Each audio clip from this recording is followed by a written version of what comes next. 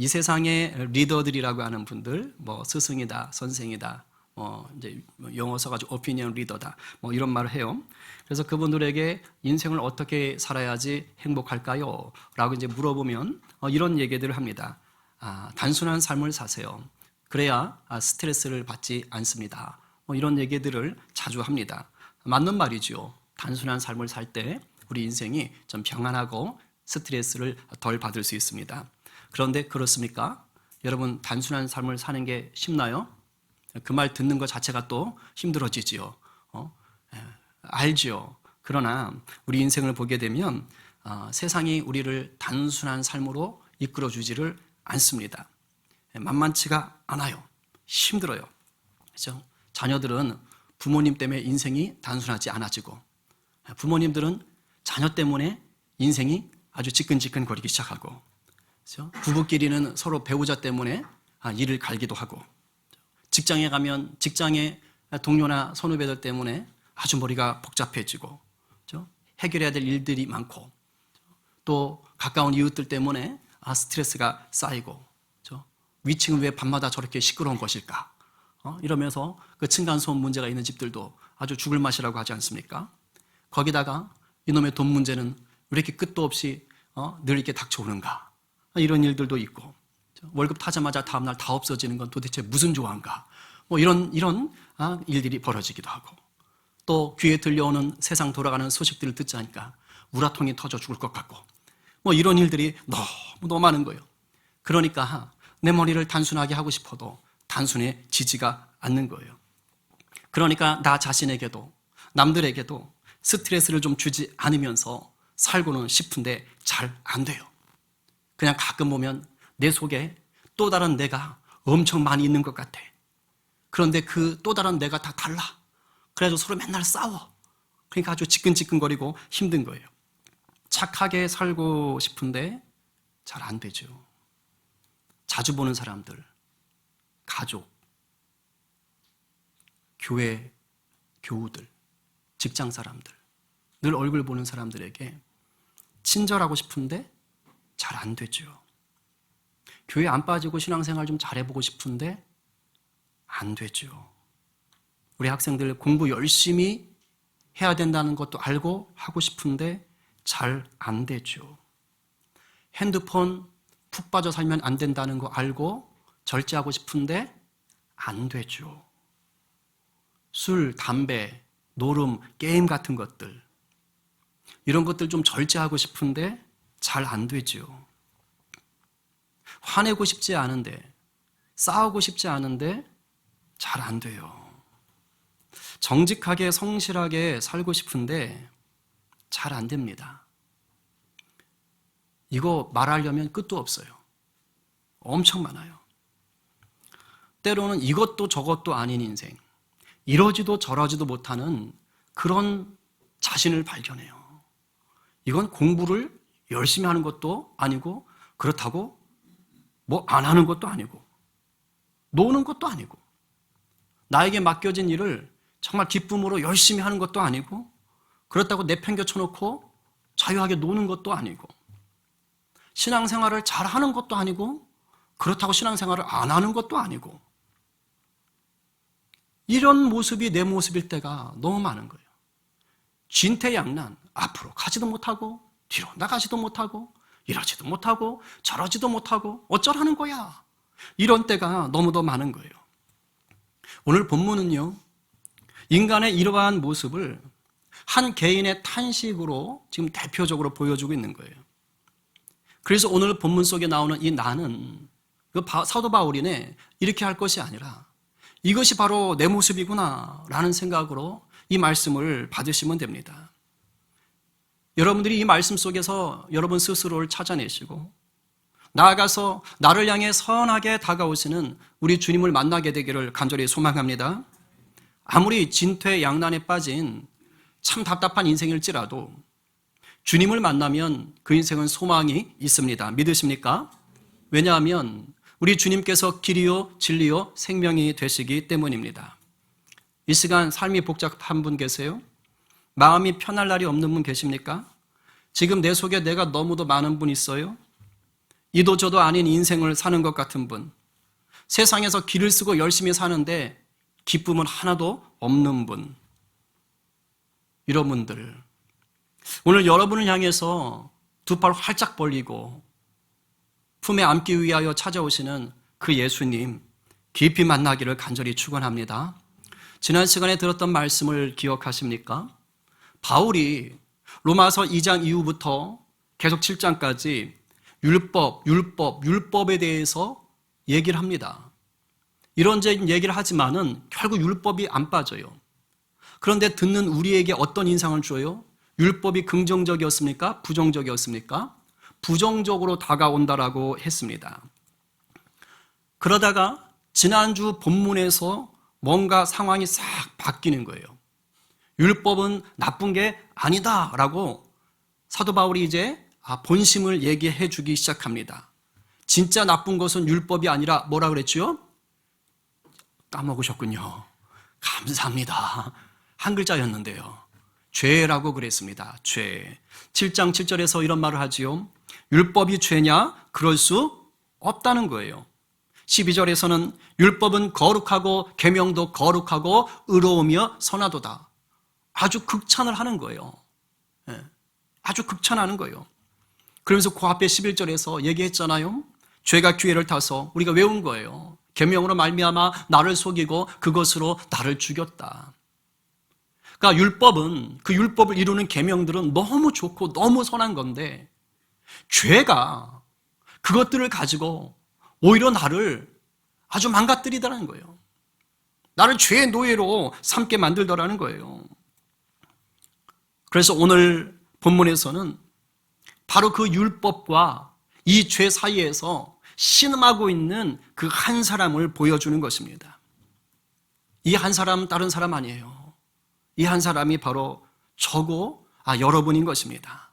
동시에 이 한 사람이 바로 오늘, 바로 지금 예수님의 그 놀라운 사랑이 필요한 자들인 것입니다. 오늘 이 자리에서 우리 주님을 반드시 만나고 돌아가기를 간절히 축복합니다. 오늘은 이거를 하나씩 풀어가면 시간도 오래 걸리고 사실 좀 어려워요, 신학적으로. 그래서 제가 전체 내용을 가지고 이것이 말하려고 하는 것이 무엇인가를 가지고 간단히 좀 설명을 하려고 합니다. 우리 14절은 읽어보겠습니다. 14절 다 함께 시작.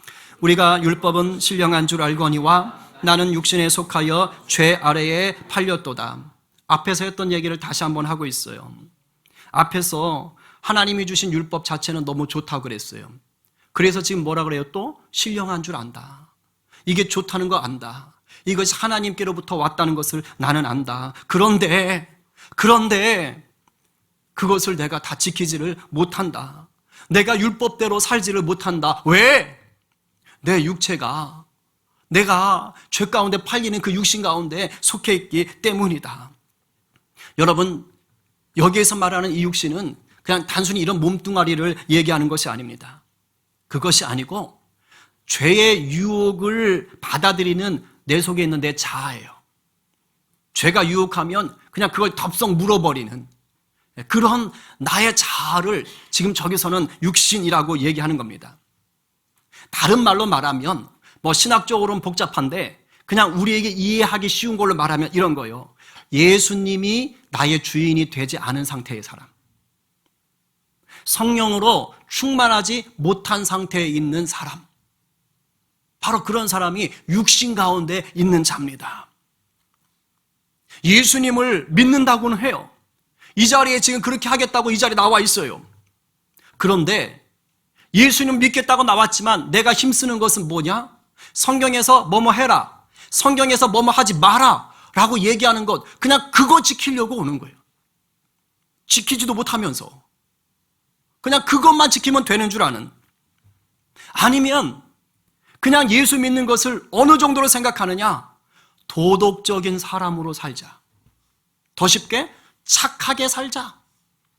예수 믿는 목적을 그냥 착하게 사는 정도로 더 착하게 살기 위해서 내가 예수 믿지.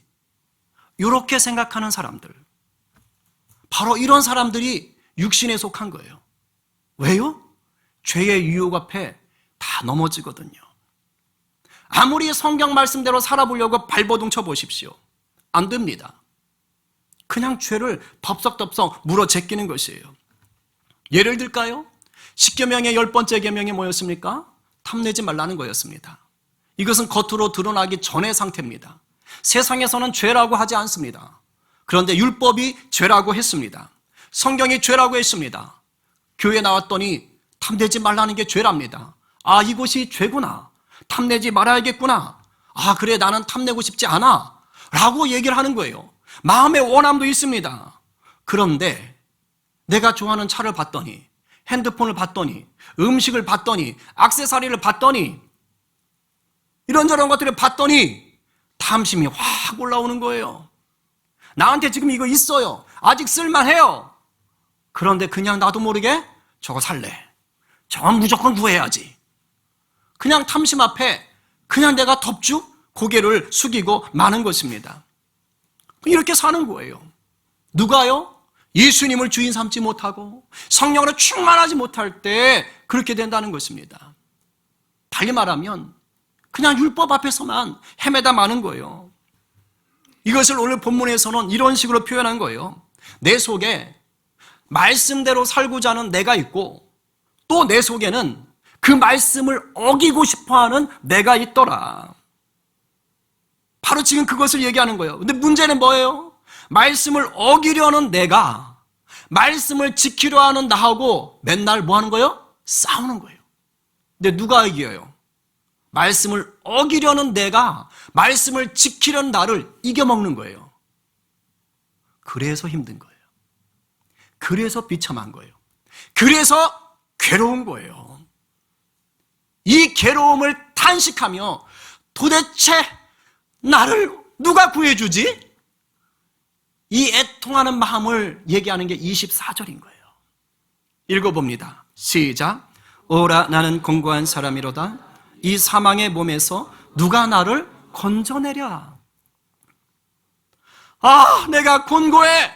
이 곤고하다는 말 우리는 잘 안 써요. 쉽게 말하면 비참하다는 것이요. 우리 수로 말하면 죽겠다는 거예요. 아, 죽을 것 같아. 아, 미치겠어. 내가 왜 이러지? 지금 이러고 있는 거예요. 잘해보고 싶은데 뜻대로 안 될 때의 그 비참함이 있는 거예요.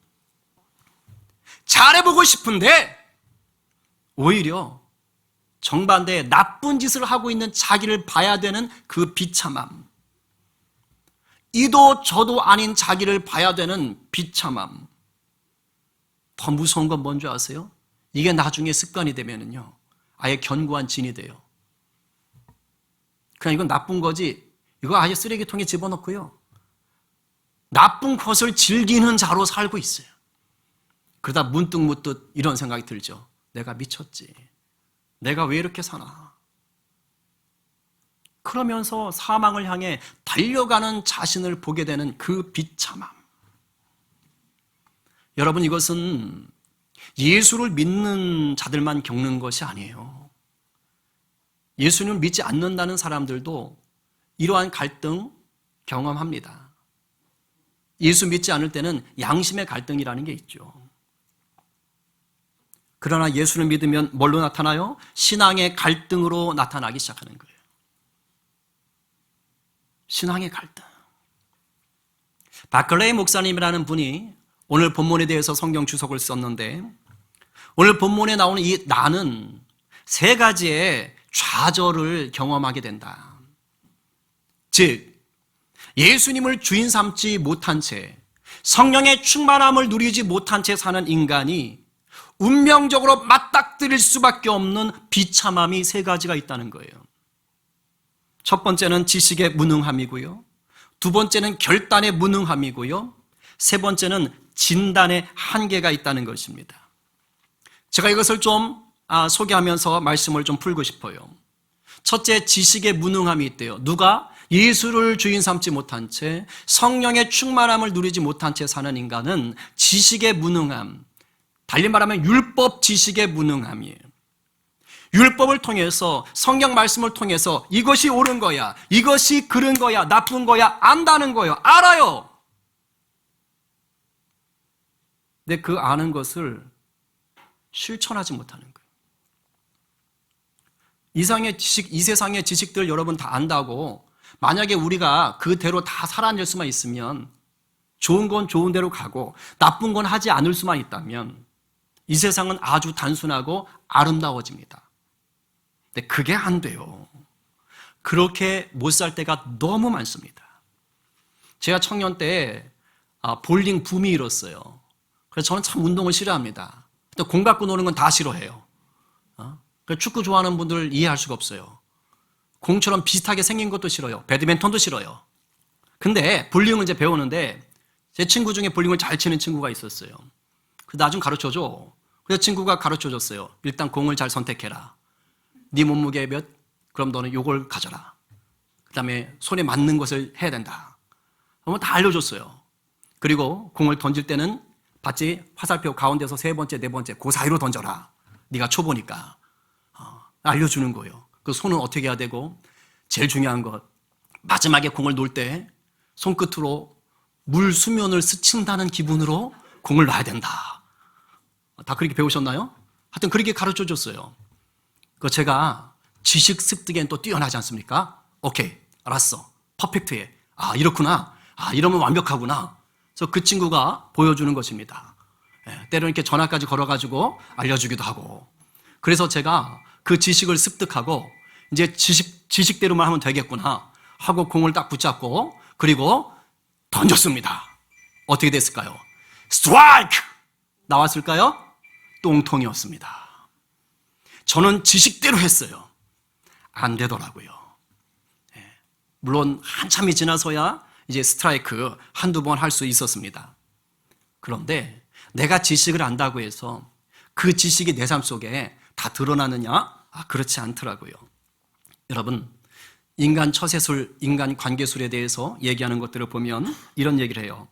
너가 상대방에게 미소 띤 얼굴을 보고 싶고 상대방이 너한테 친절하기를 원하느냐? 그럼 네가 먼저 친절해라. 네가 먼저 웃어줘라.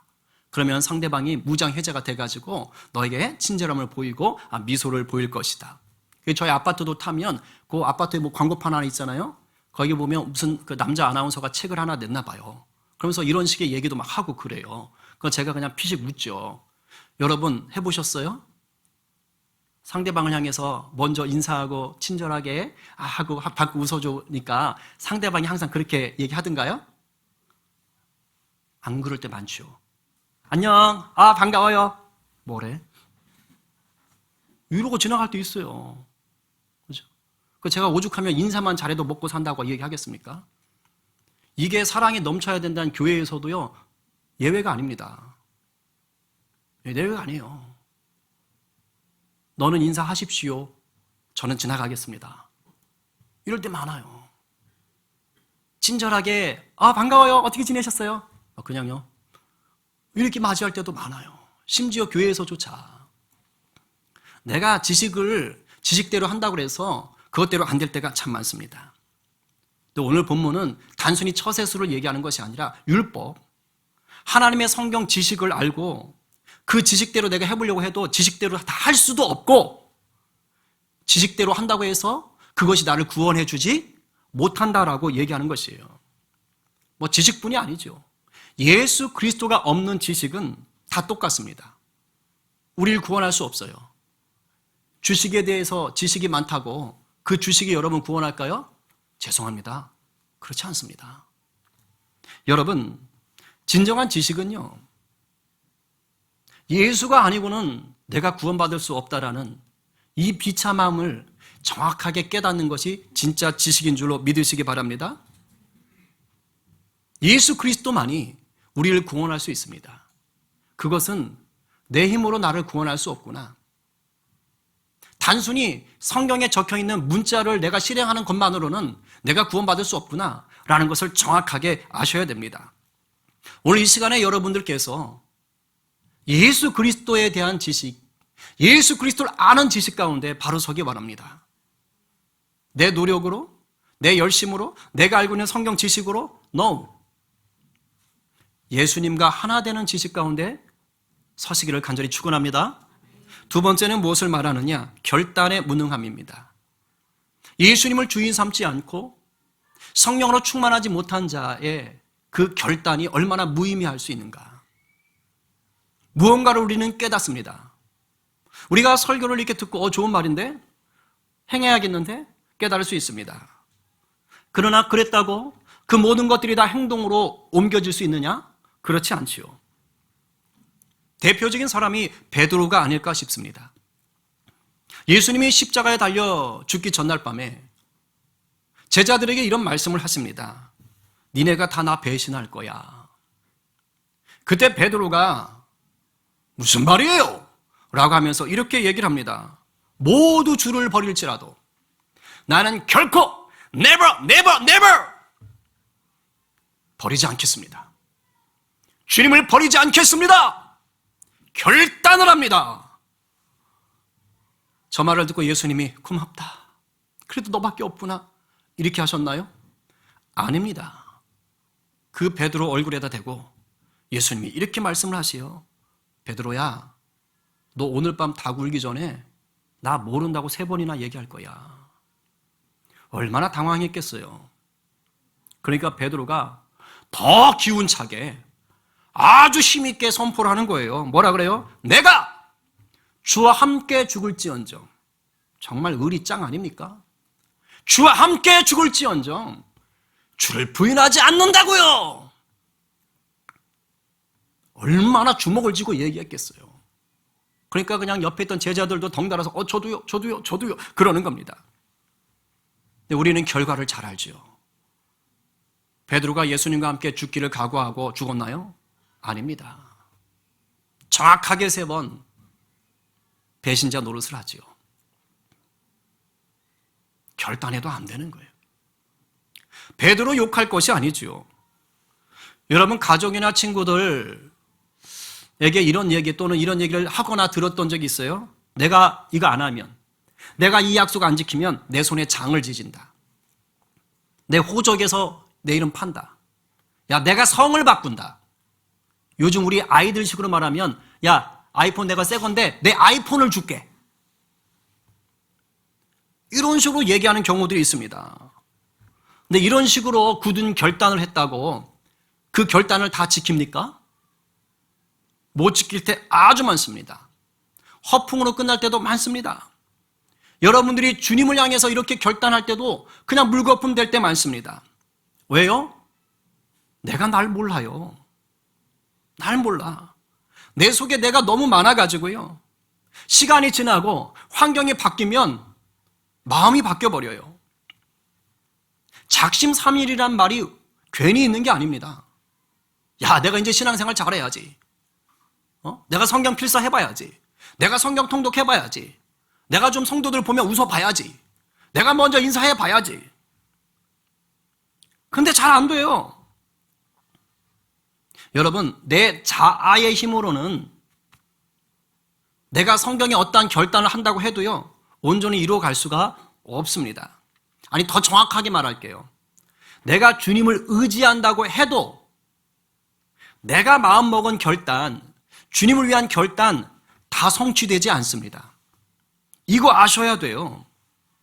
사도 바울이 2차 전도 여행 때 1차 전도 여행을 했던 갈라디아 지역을 간 다음에 그의 목적은 소아시아 끝에 있는 에베소에 가고 싶었던 거였어요. 주님을 향한 뜻입니다. 그런 마음으로 선교 계획을 세웠고 결단하고 나아갔습니다.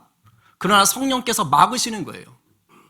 그러니까 윗지방으로 헤매는 거예요. 어디로 갈지 모르는 거예요. 그러다 성령의 이끄심을 따라 유럽으로 넘어가는 것입니다. 환상을 보고 넘어가는 것입니다. 여러분, 우리가 예수님을 주인 삼고 의지해도요, 우리의 결단, 그 한 것들이 다 우리의 동일한 행동으로 드러나지 않을 때 많습니다. 그런데 예수님을 의지하고 결단하는 것은요, 차이가 있습니다. 우리가 내 결단이 실패할 때조차도, 무너질 때조차도 예수님은 우리를 위로하시고 선한 길로 이끌어 주십니다. 아멘이세요? 그래서 예수 안에서요, 결단이 행복한 거예요. 사도 바울 보세요. 주를 위해 뜻하고 결단하고 나갔지만 그것이 틀어졌을 때 실패한 게 아니거든요. 오히려 놀라운 역사, 유럽의 복음이 처음으로 전해지는 역사를 앞당겨서 한 겁니다. 여러분들이 이러한 삶을 살아낼 수 있어야 되는 거예요. 결단의 한계, 결단의 비참함을 예수 안에서 그리스도의 선하심으로 바꿔갈 수 있는 여러분 되기를 간절히 축복합니다. 마지막으로 진단의 한계예요. 진단의 한계. 좀 다른 말로 말하면 문제 해결의 한계라고 볼 수 있어요. 우리가 율법을 통해 이건 나쁜 거야, 우리가 성경을 통해 이건 나쁜 거야 라는 것을 알았어요. 그러면 나쁜 걸 알았으면 어떻게 해야 되죠? 하지 말아야 되잖아요. 고치려고 해야 되잖아요. 그런데 그것을 못한다는 것이에요. 의사가 환자를 이렇게 문진하고 진단하잖아요. 그래서 당신은 이런 병입니다, 지금 이런 암입니다 라고 진단을 정확하게 했어요. 그랬다고 그 모든 진단한 병들을 다 고칠 수 있나요? 아닙니다. 어떤 암들은 그것이 어떤 암이고 지금 몇 개라는 것을 알지만 의사가 손대지 못하는 경우들도 있습니다. 고치지 못하는 경우들도 있습니다. 우리가 예수님을 믿는다고 하면서도 정작 예수님의 다스림을 받지 않고 그냥 단지 율법을 지키듯이 신앙생활을 한다면 바로 이런 한계에 놓이는 거예요. 진단의 한계에 놓이는 거예요. 달리 말하면 내가 신앙생활을 하는데 뭘 잘못했는지는 알아. 뭘 잘못했는지는 알아. 근데 고칠 수가 없어요. 안 돼요. 아무리 발버둥 쳐도 안 돼요. 왜요? 내 힘으로는 못 고쳐요. 내 힘으로는 할 수 있는 게 아니에요. 주님이 고쳐주셔야 고침을 받는 줄로 믿으시기 바랍니다. 바로 그거예요. 주님이 고쳐주셔야 돼요. 우리가 단순히 성경 말씀에 하라와 하지 말라에만 묶여 살면, 그걸 내 힘으로 해보려고 그러면 번번이 실패하고 좌계감만 늘어요. 화가 나요. 뭐가 잘못됐는지는 아는데 해결을 못하니까. 그렇다고 손 놓으라는 거 아니에요. 모르겠다, 그냥 주님이 알아서 하시겠지. 그게 아니에요. 하나님의 은혜를 더 구하는 자로 한 걸음 더 살아내기를 힘쓰셔야 돼요. 박영선 목사님은 그런 말씀을 하세요. 종종 많이 하시는 그분의 말이 뭐냐면, 회개 좀 하지 마라. 이건 약간 강조법이에요. 어떤 회개냐? 제가 표현한다면 회개 만능주의. 성경에서 회개하라고 얘기했지 않습니까? 그러니까 그냥 그것만 하는 거예요. 달리 말하면 이거예요. 하나님, 제가 이걸 또 잘못했네요. 하나님, 제가 이걸 실수했네요. 회개합니다. 용서해 주세요. 성경에 회개하면 용서해 주신다고 하셨으니 제가 회개합니다. 용서해 주세요. 여기서 끝나는 회개. 그런 회개하지 말라는 거예요. 왜? 그렇게 해놓고 똑같은 잘못을 그대로 또 행하는 거예요. 고치려고도 안 해. 왜? 어차피 회개하면 되니까. 그냥 이 심리가 있는 거죠. 율법에 묶여 사는 거예요. 그렇게 하면 된다더라. 그렇게 하면 된다더라. 여러분, 회개는요, 동사입니다. 액션이 들어가야 되는 거예요. 그게 진짜 회개예요. 잘못을 끊어내고 돌이키려고 하는 행함이 들어가야 돼요. 완벽할 수는 없으나 방향이 바뀌어져서 그쪽을 향해 나가는 게 회개예요. 그런데 예수님을 주인 삼지 않고 성령으로 충만한 게 없으면 어떻게 되느냐? 그냥 성경 말씀을 적용하는 거예요. 이렇게 하면 된다더라. 그럼 거기서 끝. 다 된 줄 아는 거야. 다 된 줄. 아닌데 마치 회개 만능주의라는 이 쳇바퀴 속에 빠져가지고 진정한 낙도 없어. 그냥 그렇게 종교인으로 그냥 그렇게 사는 거예요. 오죽하면 교회 와서 지옥 간다는 말이 있어요? 그러니까 그런 일들이 벌어지고 있는 것입니다. 여러분, 우리의 약함과 우리의 허물과 우리의 죄를 다루시고 고치시고 새롭게 하실 수 있는 분은 내가 아니고 오직 예수 그리스도 한 분밖에 없음을 믿으시기 바랍니다. 예수를 믿는다고 하면서도 내 힘, 내 지식, 내 경험, 내 의지가 자꾸 앞서시면 결국 암을 진단만 하고 고치지는 못하는 의사와 똑같은 거예요. 교회 생활 오래 하면은요, 다 알아요. 아유, 저건 저런 상황이구만. 교만해. 아유, 저건 게을러. 아유, 저건 기도하질 않아. 다 알아, 다 알아.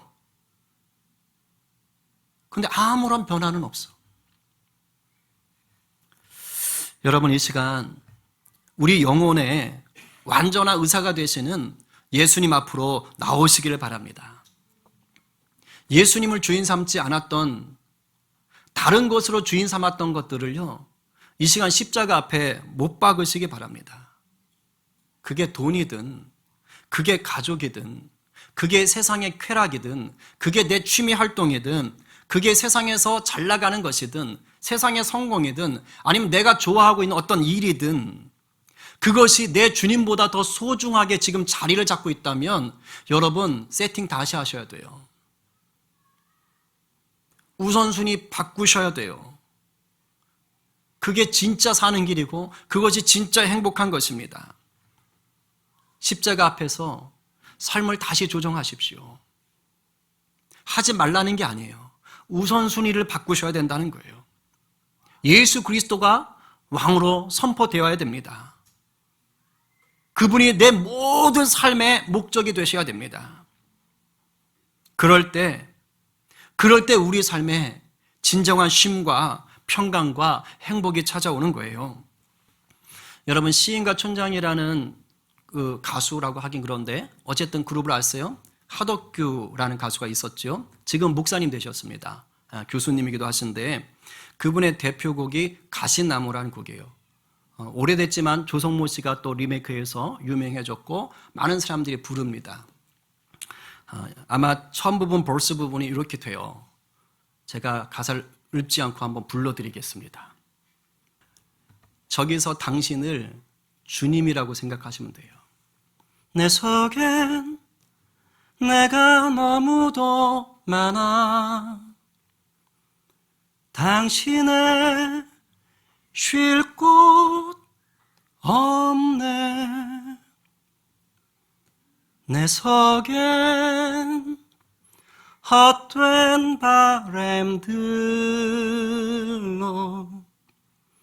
당신의 편할 곳 없네 내 속엔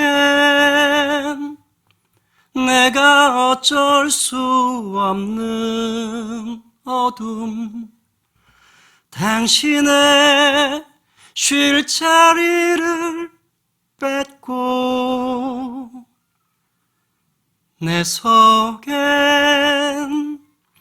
내가 이길 수 없는 슬픔 무성한 가시나무 숲 같네 이렇게 시작되는 찬양이라고 할 뻔했어. 찬양은 찬양이에요. 네, 한 목사님이 집사 시절에 이 곡을 쓰게 된 이제 간증을 하시는 거예요.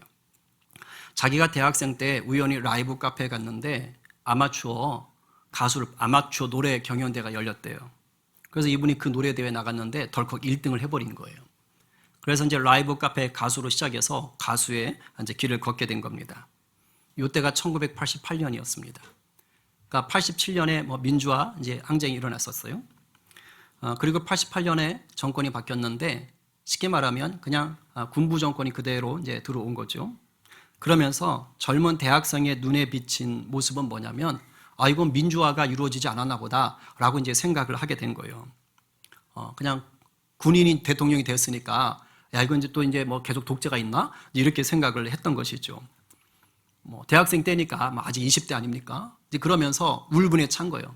근데 저도 90학번이니까 그 시절엔요 좀 분위기가 다 그랬어요. 그래서 교회 와서도 선배들이 다 그런 얘기하고 그럼 그런가 보다 하고 근데 단지 이거 할 때예요. 그러니까 이분이 서정적인 노래를 하는 분이잖아요. 가시나무새 얼마나 서정적이에요, 그죠? 근데 이제 나 그런 노래 안 할래. 나 운동권 할래. 그리고 나 이제 운동권 노래를 만들어서 노래할 거야. 그래서 부조리를 폭로하고 내가 정의를 부르짖는 그런 반정권적인 그런 노래를 해야겠죠. 그래서 친구들한테 선언을 하고 진짜 그런 곡을 만들었대요. 그리고 이제 음반회사랑 계약을 맺고 음반회사가 수천만 원을 투자해서 1980년대 말이니까 얼마나 큰 돈입니까? 그러니까 그 돈을 투자해가지고 이제 음반 작업을 시작한 거예요. 음반 작업이 순조롭게 진행이 됐답니다. 아주 전투적인 노래를 이제 녹음한 거예요. 그래서 순조롭게 진행이 되는데 이상하더래요. 자기의 마음은 순조롭지 않더래요. 마음이 불안하고 밤에 악몽을 꾸게 되고 너무 고통스럽고 힘들더래요. 왜 이럴까? 이유가 뭘까? 근데 못 찾겠더래요. 그런데 이분이 이제 그때 당시는 이제 교회를 다녔답니다. 원래 모태신앙은 아니고 자기가 이제 돌아온 탕자라고 얘기를 하시던데 그런데 이분이 이제 교회를 갔는데 예배 시간에 설교를 듣는데 목사님이 그 가늠하다가 붙잡혀온 그 여인에 대해서 설교를 하시는 거예요. 그 사람들이 그 여자를 붙잡아와서는 예수님한테 묻잖아요. 모세 율법에는 이런 여자 돌로 쳐서 죽이라고 하더라. 예수님 어떻게 하실래요? 그때 예수님이 그 사람들에게 뭐라고 얘기합니까? 너희 중에 죄 없는 자가 먼저 돌로 쳐라. 그런데요, 이 하덕기 목사님이 그 예수님의 말씀이요, 자기한테 하는 얘기로 확 들리더랍니다. 그래서 마음에 뭐가 딱 오냐면 지금 하고 있는 음반 작업이 잘못됐다. 이런 메시지로 들리는 거예요. 그 자기가 너무 당황스러워서 하나님께 따졌답니다. 주님 왜 그러십니까? 지금 이거 제가 얼마나 위대한 일 합니까? 얼마나 당연한 일이며 이 시대에 필요한 겁니까? 지금 올바름을 위해서 나는 부르짖는 거 아닙니까? 그리고 지금 세상 사람들이 이런 노래를 정말 필요로 하고 좋아합니다. 라고 하나님 앞에 따졌대요. 근데 주님께서 그 마음에 이렇게 말씀하시더래요. 덕규야, 네 손에 들고 있는 그 돌을 내려놔. 네가 할 일이 아니야. 라고 말씀을 하시더래요. 근데 그때 상황은요, 그 음반 작업을 취소할 수 있는 상황이 아닌 거예요. 왜냐하면 그거 취소하면 법적인 문제가 생겨서 아주 큰 손해를 보게 되어 있는 거예요. 그야말로 진퇴양난. 이러지도 못하고 저러지도 못하는 거예요. 그러니까 마음이 너무 힘들어서 하나님 앞에 매달려서 기도를 했습니다. 근데 한참을 기도하는데 하나님 그런 마음을 주시더래요. 속에 자기가 그럼 다른 노래를 좀 만들까? 어차피 음반만 내면 되니까. 그래서 하나님께 기도했대요. 하나님 그러면 새로운 노래를 주세요. 새로운 노래를 주세요. 하나님 이런 노래가 싫으시면 새로운 노래를 주세요. 그래야 저도 살지요. 안 그러면 망해요. 그래서 막 하나님께 매달렸대요. 그러던 어느 날 자기 방에서 창문을 열었는데 아직 봄이 오기 전 한 2, 3월인가 봐요. 자기 눈앞에 그 동산 하나가 보이는데, 야산이 보이는데 황량하잖아요. 뭐 잎이 있겠어요? 꽃이 있겠어요? 거기 바람이 불어가지고 막 휙 하고 있는데 그걸 보는데 자기 마음과 똑같대요. 자기 마음 상태가 너무 똑같다라는 거예요. 그러면서 하나님이 자기의 마음을 이렇게 보여주시더래요. 이기심으로, 높아지려는 마음으로, 영웅이 되고 싶어 했던 마음으로 자기가 지금 살고 있다는 것을 보여준 거예요. 거기에 어린 시절부터 있었던 상처가 다 또 드러나더래요. 그냥 딱 보니까 온통 이기적인 동기로 가득한 자기의 내면이 보이더라는 거예요. 남을 비판하고 그러면서 자기가 높아져서 교만해지려는 그런 마음들, 그런 마음으로 음반 작업을 사실은 시작했다는 것을 성령님이 가르쳐 준 거예요. 바깥으로는 시대가 요구하는 노래입니다. 지금은 이런 불의에 저항하는 노래 해야 됩니다. 라고 했지만 그 속사람의 마음이 뭐였다고요? 남을 비판하고 싶고 자기는 높아지고 싶었던 그런 마음이었던 것이죠.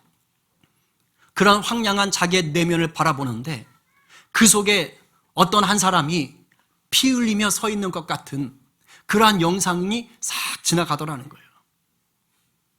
그러면서 하나님이 곡을 주셨는데 그게 바로 이 가시나무라는 거예요. 10분 만에 곡을 썼대요. 10분 만에. 그리고 이틀 뒤에 녹음을 했답니다.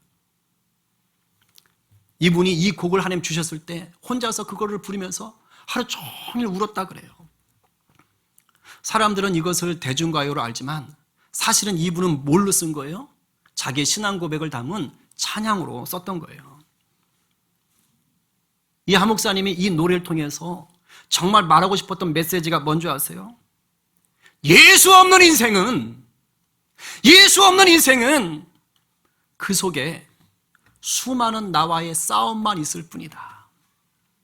그것이 설령 정의를 위한 것이고 올바름을 위한 것이고 대중들의 선을 위한 것이라고 깃발을 흔들 수 있을지라도 예수 없는 인생에게는 그것이 한낱 이기적인 욕망에 불과하다. 그걸 깨닫고 쓴 거예요. 그러니까 내 안에 내가 많은데도 불구하고 외로운 거예요. 내 안에 내가 많은데도 불구하고 슬프고 괴로운 거예요. 불안한 거예요. 내 안에 내가 많을수록 예수님이 머무실 자리가 없는 겁니다. 혹시 지금 여러분들의 마음은 가시나무 숲과 같지 않나요? 내 속에 내가 너무 많아서 예수님이 주인 되어 계시지 못한 상태, 그 상태가 아니냐고요. 예수님이 주인 되셔야 내 안에 비로소 쉼과 평안과 자유가 임한다는 것을 기억하시기 바랍니다. 오늘 누가 나를 자녀로, 친구로, 신부로 삼기 위하여 자신을 십자가에 못 박으신 예수님을 온전한 나의 주인으로 모시겠어요? 오늘 누가 수시로 갈팡질팡하고 쥔퇴양난을 경험하게 되는 그 삶의 자리 가운데 성령님이 다스려 주십시오라고 삶의 주도권을 내어드리시겠습니까? 이 말씀 앞에 아멘으로 화답하며 주님, 내 속에 내가 많으나 예수님이라면 가능합니다. 예수님이라면 내가 살 수 있습니다. 그것을 선포하며 감사하는 그런 복된 인생으로 결단하는 여러분 되시기를 간절히 축원합니다.